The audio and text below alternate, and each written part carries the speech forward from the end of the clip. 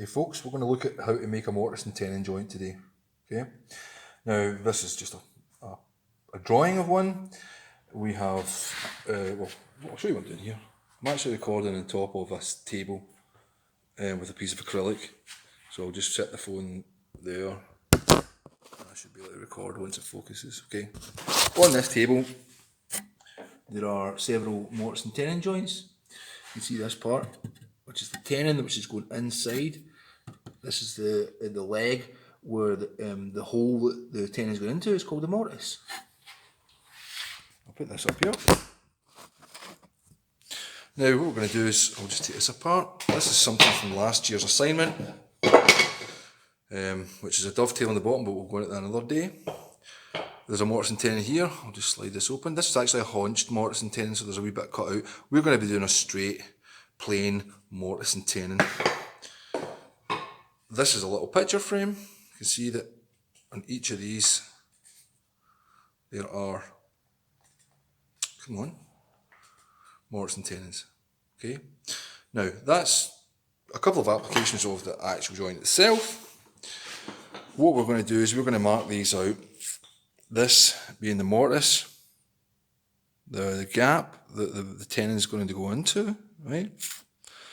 And the tenon itself, you can see I've marked out where the wastewood's going to go. I'm going to show you how to mark them out and then how to cut them. These are the ones I'm going for. These are the ones I'm going to use.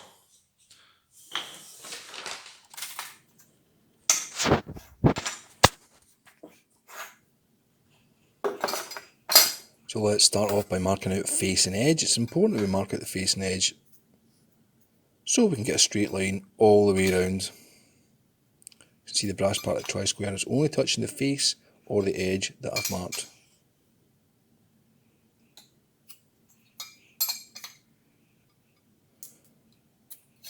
And that'll give us a nice even line all the way around.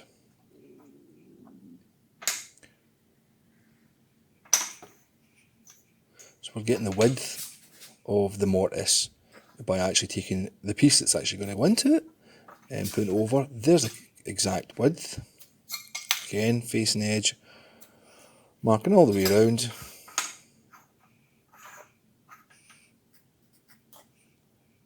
Now we need to mark the mortise. Now what we're going to use here is a mortise gauge. It's got two spurs rather than the single spurred marking gauge. I've already set this up, so we're marking this correctly for the mortise machine. So first of all, just mark the wastewood by putting diagonal lines all the way down. That's that done. Oh, we wanted to go in 30mm. So I've made a little mark so I can use that when I'm going to cut out with the mortise machine. Now I've set it all up on the mortise machine here, and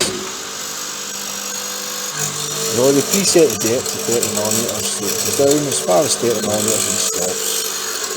Let's just speed this up.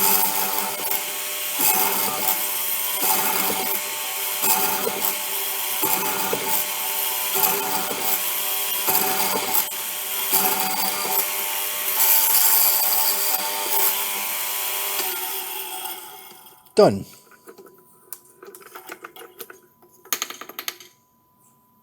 That's ready for the tenon to go inside that mortise. Right, so I just marked out the mortise, now we're going to mark out the tenon that's going to go in it. Again, first things first, face and edge. And we're going to mark all the way around just to square it off at the top.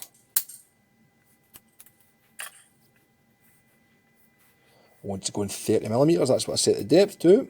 So there was some 30mm there, so on the tenon part I'm going to just mark out 30mm, there it is right there. And then go round all the way, nice even, use my face and edge, marking out the tenon. Now the width of the tenon is exactly the same as the width of the mortise, so we can use the mortise gauge as we set it up already. Scratching a mark all the way around, and I'll just draw that in with a pencil just to make sure you can see it. Waste wood, always mark before you cut anything away. Yes, and we're going to start cutting across the grain now. So we need a saw and a saw board. Now, important thing with this, I want it inside the waste wood. Not outside, inside. So once we've cut it here, we should be able to see the line after we've cut it. Yes, you can see the line. Let's do the same with the other side.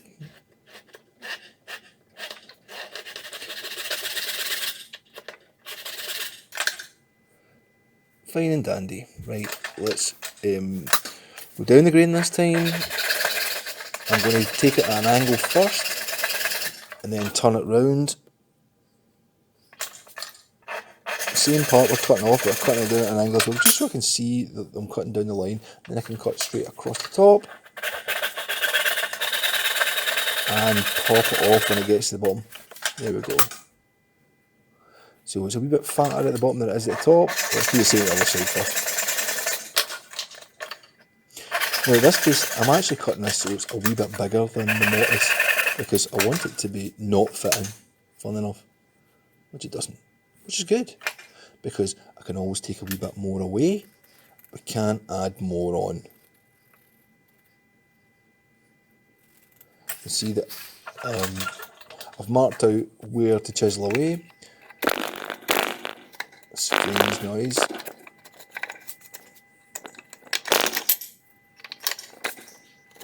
And just what I'm doing is paring this away, so I'm just taking wee thin bits off and then trying to put it together again. Is it fitting this time? Let's go for a wee bit more.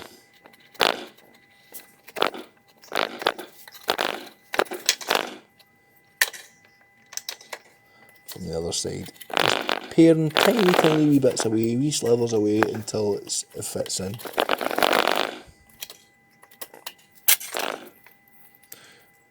Well, that's it starting to fit in.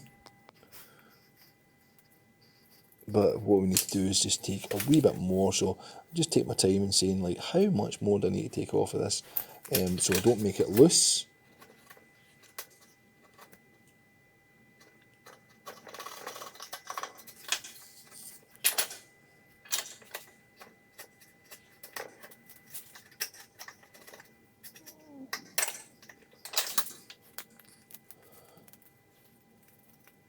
Nearly.